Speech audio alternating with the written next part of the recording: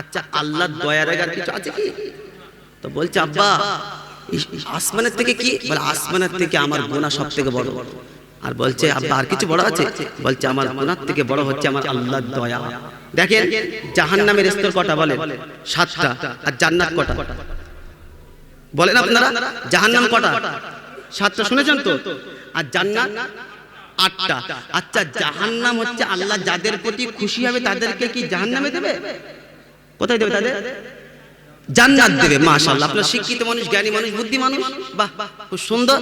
আল্লাহ পাক যাদের প্রতি খুশি হবে, যাদের প্রতি আল্লাহ পাক রাজি হবে তাদেরকে আল্লাহ পাক জান্নাত দেবে। আর যাদের প্রতি আল্লাহ রাগান্বিত হবে তাদেরকে কোথায় দেবে? জাহান্নাম। তাহলে জাহান্নাম হলো 7টা আর জান্নাত হলো, দেখেছেন তাহলে আল্লাহর দয়া বেশি না কম? জান্নাত বেশি, জাহান্নাম। বুঝাতে পারলাম আপনাদের? তো শোনাচ্ছিলাম তিনিই হলেন আল্লাহ, তিনি হলেন আল্লাহ, যার ভান্ডারে, যার রাজত্বে, যার কোষাগারে কোনো জিনিসের কমি নাই, কোনো জিনিসের অভাব নাই। তিনি দিচ্ছেন, অফুরন্ত দিয়ে যাচ্ছেন, আর কিয়ামত পর্যন্ত দিবেন। তিনি হলেন অসীম দয়ালু, তিনি হলেন আল্লাহ।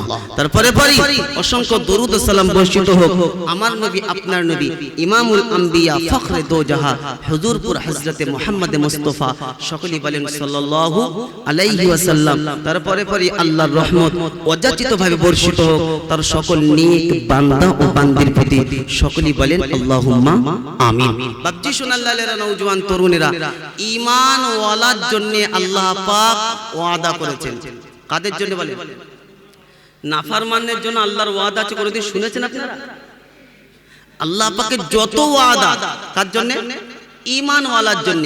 আর ঈমান ওয়ালার জন্য আল্লাহ পাক পুরস্কারের ওয়াদা করেছেন, অসংখ্য পুরস্কারের ওয়াদা করেছেন। কিন্তু শুনে রেখে দেন, ঈমান ওয়ালার জন্য আল্লাহ পাকের সাহায্যের ওয়াদা করেছেন।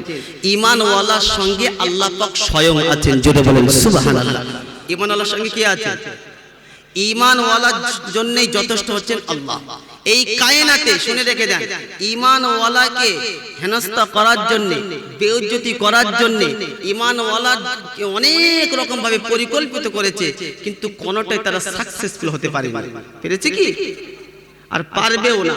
আল্লাহর সাহায্য পূর্বেও ঈমান ওয়ালার সঙ্গে ছিল, আজ আছে, আগামীতেও থাকবে। শর্ত হলো আমাকে আপনাকে ঈমান ওয়ালা হতে হবে। কি হতে হবে?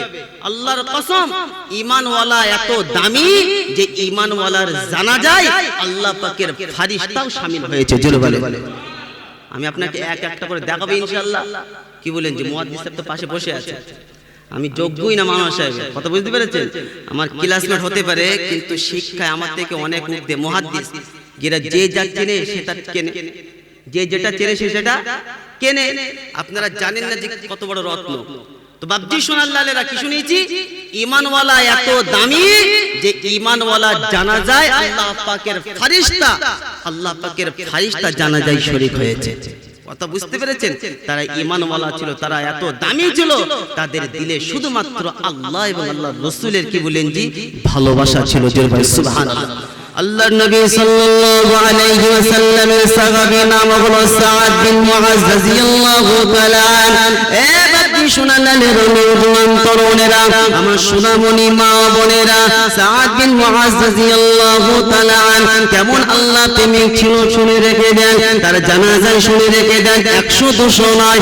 সাদ বিন মুআজ রাদিয়াল্লাহু তাআলা মদিনাতে চলে গেলেন। মদিনা যাবার পরে মক্কাতে ফিরে আসলেন। উনি মদিনা দাওয়াত দেওয়ার কারণে অনেক মানুষ ইসলাম ধর্ম গ্রহণ করলো।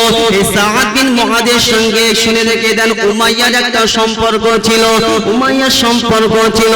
সাদ বিন মুআজ রাদিয়াল্লাহু তাআলা এখন মক্কার দিকে রওনা হলেন। মক্কার দিকে রওনা হওয়ার পরে মদিনা মক্কায় রওনা হওয়ার পরে কাবা শরীফের সামনে মুআবিয়ার সঙ্গে দেখা হলো।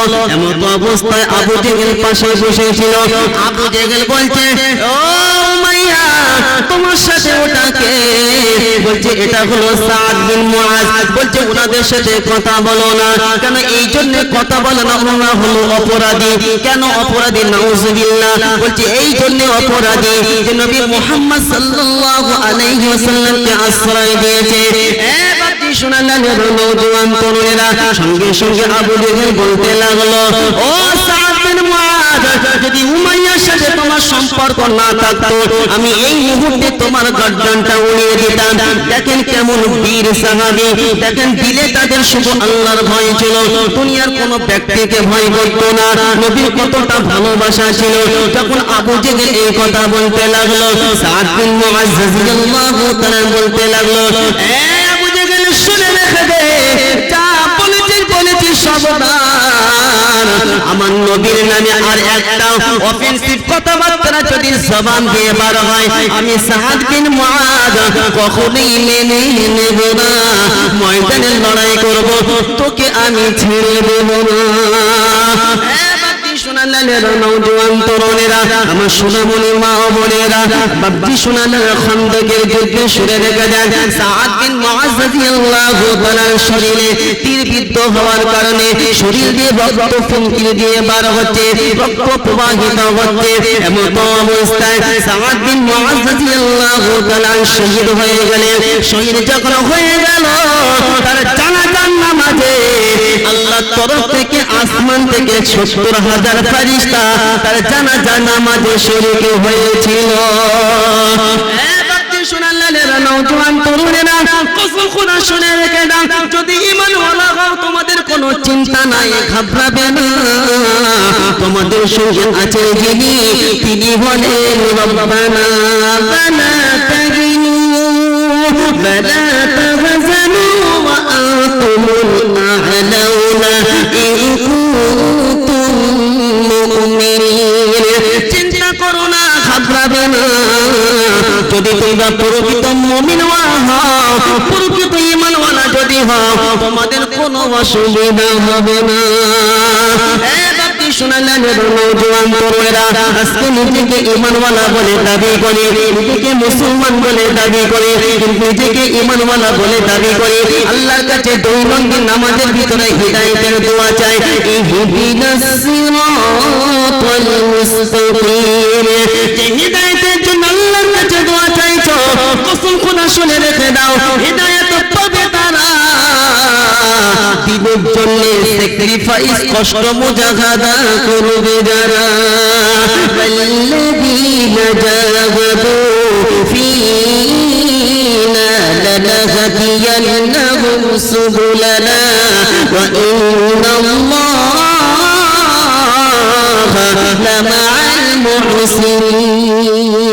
সূরা আনকাবুতের শেষে আয়াতটা শুনে রেখে দেন। বাপজি শোনালেন নওজোয়ান তরুণেরা, রব্বে জুল জালাল শুনেছেন, দিনের জন্য যে বা যারা কষ্ট মুজাহাদা করবে, সাবিল এক বচন, সুবুল বহু বচন। রব্বে জুল জালাল হিদায়াতের জন্য সমস্ত রাস্তা তার খুলে দেবে। কাশীপুর এলাকার যুবকেরা, আব্বার আমার সোনামণি মা বোনেরা, মক্কা আর মদিনা ঠিক মধ্যবর্তীখানে একজন সাহাবী, গরীব সাহাবী, আনসারী সাহাবী তার বাড়ি ছিল। এই ঘটনাটি বুখারী শরীফে এসেছে। কোনো পত্রিকা শোনাচ্ছি না, কোনো নিউজের খবর আপনাকে শোনাচ্ছি না, নবী প্রেমিক সাহাবীর ওয়াকিয়া শুনে রেখে দেন। এই সাহাবীর নাম ছিল আব্দুল্লাহ উজ্জা। বাপজি শোনালেন নওজোয়ান তরুণেরা, আমার সোনামণি মা বোনেরা, আব্দুল্লাহ জুলবাজানি এই সাহাবীটা গরীব সাহাবী ছিল, আনসারী সাহাবী ছিল। এমন অবস্থায় চাচার সম্পদ তাকে দেওয়া হয়েছিল। চাচার সম্পদ তার কাছে অনেক ছিল। এই সাহাবী এখন ইসলাম ধর্ম গ্রহণ করেছে। সাহাবীর কানে সুসংবাদটা গেছে। সাহাবীটা ওনার কাছে গিয়ে বলছে, ভাতিজা কি ব্যাপার, শুনেছি তুমি নাকি ইসলাম ধর্ম গ্রহণ করেছো। সঙ্গে সঙ্গে বলতে লাগলো, হ্যাঁ আমি ইসলাম ধর্মটা গ্রহণ করেছি। বলছে, আমি তোমার সমস্ত সম্পদ ছিনিয়ে নেব। সঙ্গে সঙ্গে জবাব দিচ্ছে নবীর সাহাবী, চাচা তুমি সম্পদ ছিনিয়ে নেবে কি? আমি সম্পদ খুশি মনে তোমাকে দিয়ে দিলাম, ইসলাম ধর্ম আমি ত্যাগ করব না। চাচা বলতে লাগলো, এত নিষ্ঠুর ছিল চাচা, এত জালিম ছিল চাচা। বলতে লাগলো, তুমি পরনে যে কাপড়টা পরে আছো ওই কাপড়টা আমাকে দিয়ে দাও, তোমার লুঙ্গিটা আমাকে খুলে দাও। কিন্তু শুনে রেখে দেন নবীর সাহাবী, ৭০ টাকাটা ৭০টা দেখতে হবে। পরনে লুঙ্গি পর্যন্ত চাচা খুলে নিল। নবীর সাহাবী সেটাও দিয়ে দিল। সঙ্গে সঙ্গে মার কাছে ছুটে আসলো। মা বৃদ্ধা ছিল, মার কাছে এসে বলছে, মা আমার সতর ঢাকার জন্য একটা কাপড় দাও, যাতে করে আমি সতরটা ঢাকতে পারি। সতরটা ঢাকা যখন কমপ্লিট হয়ে গেছে, দৌড়ে আল্লাহর নবীর কাছে গেছে। গিয়ে দেখছে আল্লাহর নবী সাল্লাল্লাহু